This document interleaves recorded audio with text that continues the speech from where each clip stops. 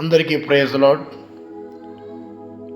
ఏ విషయమైనా మనము సరిగ్గా అర్థం చేసుకోవాలంటే బైబిల్లో ఉన్నటువంటి విషయాలను సరిగ్గా మనము అంచనా వేయడానికి కానీ సరిగ్గా అర్థం చేసుకోవడానికి కానీ మనం ప్రయత్నం చేయాలంటే మనం ముందుగా పోవాల్సింది బైబిల్ దగ్గరికి. ఎందుకంటే ఈ లోకంలో యేసుక్రీస్తు యొక్క రెండవ రాకడ గురించి అనేకమైన తప్పుడు భావనలు వెలుగులోనికి వచ్చినాయి.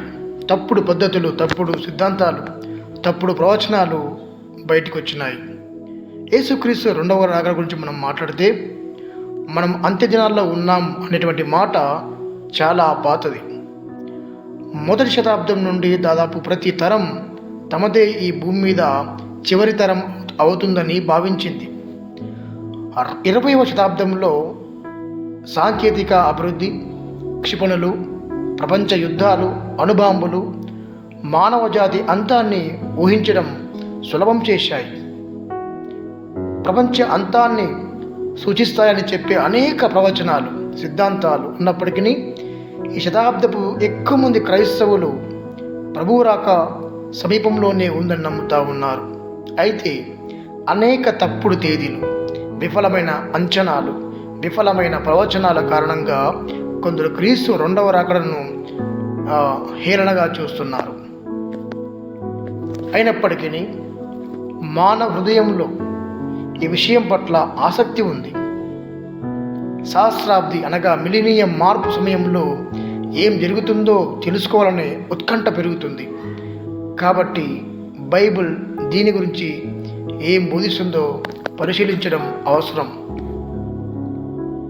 దీని యొక్క బ్యాక్గ్రౌండ్ గురించి మనం ఆలోచిస్తే క్రైస్తవ నిరీక్షణ క్రీస్తు రాకడపై కేంద్రీకృతమై ఉంది. అందువల్ల దీన్ని మనం ఆయన రెండవ రాకడని పిలుస్తాం. హెబ్రీ పత్రిక 9వ అధ్యాయము 28వ వచనం. ఎస్కటాలజీ అంటే అంత్యకాల బోధ.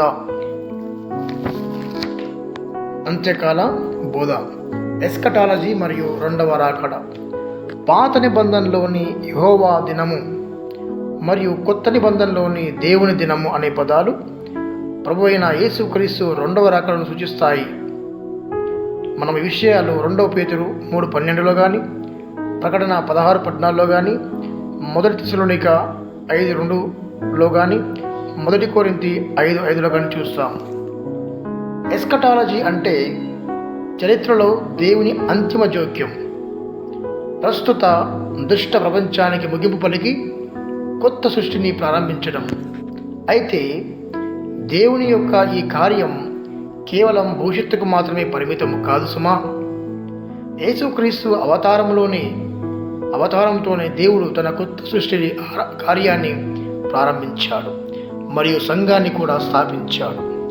అంత్యదినాల ప్రవచనాలు అపోస్తుల కాలంలోనే నెరవేరడం ప్రారంభమయ్యాయని అర్థం చేసుకున్నారు. అపోస్తుల కార్యంలో 2వ అధ్యాయం 17వ వచనం ద్వారా పాత నిబంధన ప్రవక్తలు ఈ రెండవ రాకడను ప్రకటించారు. ప్రభువైన యేసు తన శిష్యులకు దీన్ని ధృవీకరించాడు.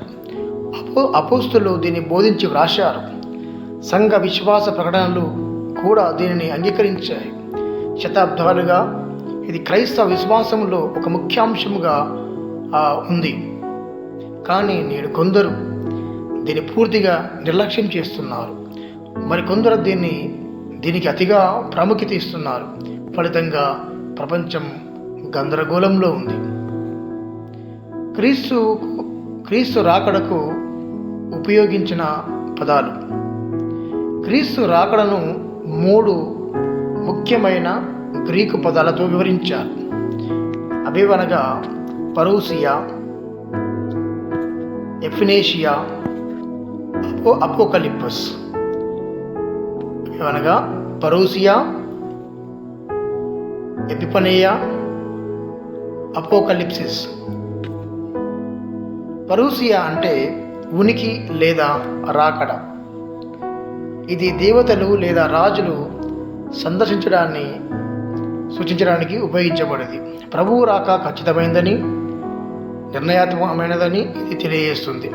ఆయన మొదటిసారి శిశువుగా వచ్చాడు, రెండవసారి రాజాదిరాజుగా వస్తాడు. ఎపిఫనేషియా అంటే ప్రత్యక్షత లేదా ప్రకాశింపజేయడం. 2వ తెస్సలోనిక పత్రిక 2వ అధ్యాయం 8వ వచనం కానీ, తీతు పత్రిక 2:13లో ఈ యొక్క విషయం మనకు కనిపిస్తుంది. ఇది ఒక తెర తొలగించబడినట్లుగా ఇప్పటికే ఉన్న సత్యం స్పష్టంగా కనిపించడానికి సూచిస్తుంది.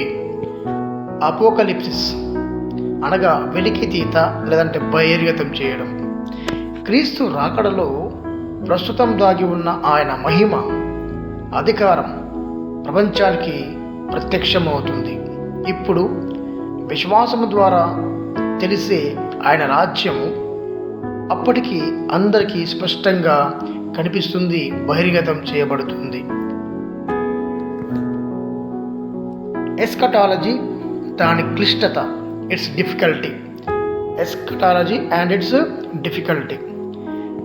యేసుక్రీస్తు తిరిగి వస్తాడనే విషయం కొత్త నిబంధనలో స్పష్టంగా మరియు విస్తృతంగా బోధించబడింది. అయితే ఆ సంఘటనల వివరాలు పూర్తిగా స్పష్టంగా లేవు. అందువల్ల వాటి గురించి అతిగా ఖచ్చితమైన అభిప్రాయాలు ఏర్పరచుకోవడము మంచిది కాదు.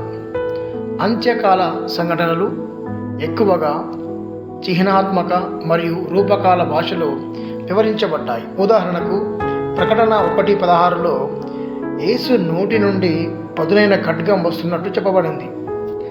దాన్ని అక్షరార్థంగా తీసుకుంటే అసంబద్ధంగా ఉంటుంది, కానీ అది ఆయన వాక్య శక్తిని సూచిస్తుందని అర్థం చేసుకుంటే సరైన భావం, సరైన అర్థం తెలుస్తుంది. ఈ చిహ్నాలు భవిష్యత్తు సంఘటనల గురించి ముఖ్యమైన సూత్రాలను బోధిస్తాయి. అయితే చాలామంది వాటిని ఖచ్చితమైన కాలక్రమంలో అమర్చడానికి ప్రయత్నించడం వల్ల అనవసరమైన ఊహాగానాలు, విభేదాలు ఏర్పడ్డాయి. అందువల్ల వివరాలపై వాదించడం కంటే స్పష్టంగా బోధించబడిన సత్యాలపై, వాటి ఆధ్యాత్మిక అర్థాలపై దృష్టి పెట్టడం మంచిది.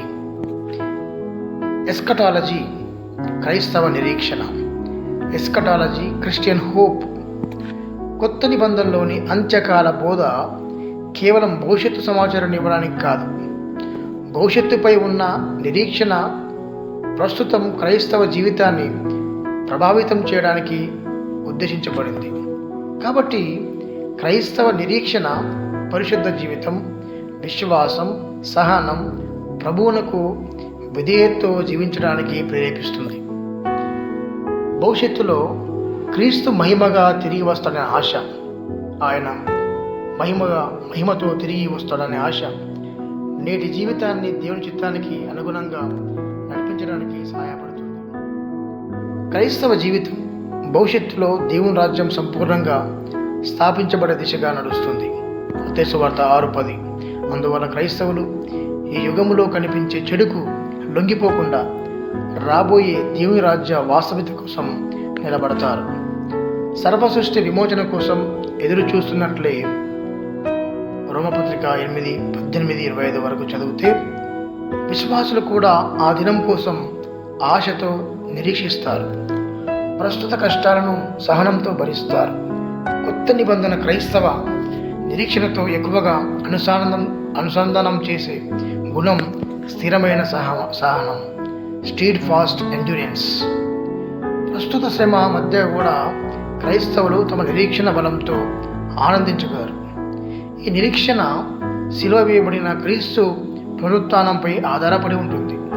సిలువ మార్గమే రాజ్యానికి దారి అని అది వారికి నిశ్చయపరుస్తుంది. ఈ నిరీక్షణ ప్రపంచపు భౌతికవాద బంధనాల నుండి విశ్వాసులను విముక్తులను చేస్తుంది. మత్తయి సువార్త 6:33, కొలస్సీ పత్రిక 3:1-4 వరకు. చివరకు క్రీస్తు తన ప్రజలను తండ్రి ఎదుట నిర్దోషులుగా నిలబెడతాడనే ఆశ 1 కొరింథీ 1:8 కానీ, యూదా పత్రిక 24 వారిని పరిశుద్ధత వైపు ప్రోత్సహిస్తుంది. అందుచేత వారు ఎప్పుడూ మెలకువగా జాగ్రత్తగా జీవించడం కాదు. దేవుని రాజ్యము మానవ ప్రయత్నాల ద్వారా నిర్మించబడదు, అది దేవుని స్వంత కార్యం.